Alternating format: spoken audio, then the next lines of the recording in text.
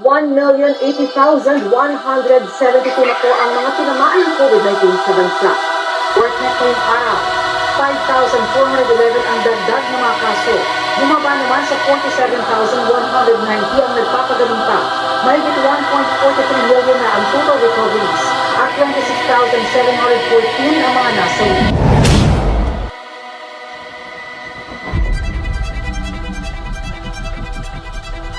So do I look like, yeah,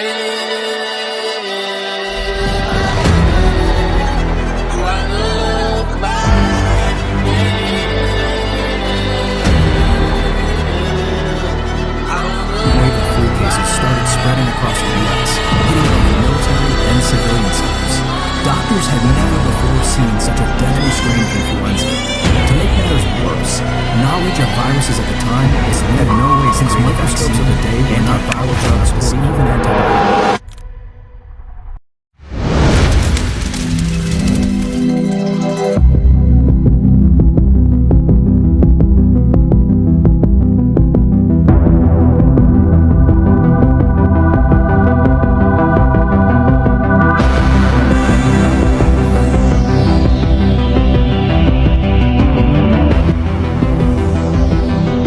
Ang Spanish flu ay isang pandemya na nagtrangkaso na nagganap mula 1918 hanggang 1999. Isa ito sa pinakamalulupit at pinakamakilansalang pandemya sa kasaysayan. Isang lubha nakakahawang uri ng hinid, influenza A virus. Kumakalat ng mabilis sa buong mundo at tinatayang nakahawa ng isang katlong populasyon ng daigdig. Panahon ng unang digmang pandaigdig, maraming bansa ang nagsensor ng balita upang mapanatili ang moral, pero ang Spain bilang bansang neutral ay nagulat tungkol sa pagkalat nito. Dahil dito, naniwala ang marami na doon nagsimula ang sakit. Tinatayang 15 milyong kataong namatay. Marami sa mga malumhang tinamaan ay nasa edad na 20 years old hanggang 40 years old.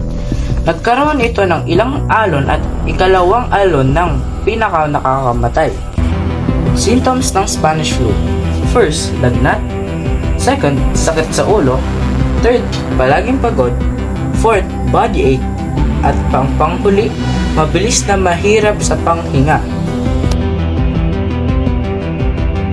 Mabilis kumalat ang Spanish flu sa iba't ibang bansa sapagkat wala silang epektibong gamot upang maayos ang kumakalat na sakit. Kaya't naghahawaan ang mga tao na nagdulot ng mabilisang pagkalat ng sakit na Spanish flu. Malaki naging epekto ng Spanish flu sa pamumuhay ng tao dahil hindi sila namuhay ng payapa na nagdulot ng kahiripan sa pamumuhay tulad ng lamang ng kalukulangan sa pagkain at naging sanhi din ng pagkabagal ng produksyon at laging kalugi sa mga negosyong itinayo. Maaari nating matutunan na maalaga sa ating sariling kasalukan at huwag itong pababayaan. Laging isipin ang mga bagay na gagawin kung ito ba ay makakaapekto sa iyong kalusugan. Maging maingat at mahalin ang sariling katawan. Huwag na natin itong ulitin muli upang maiwasan ang pagduros sa bawat isa't isa. At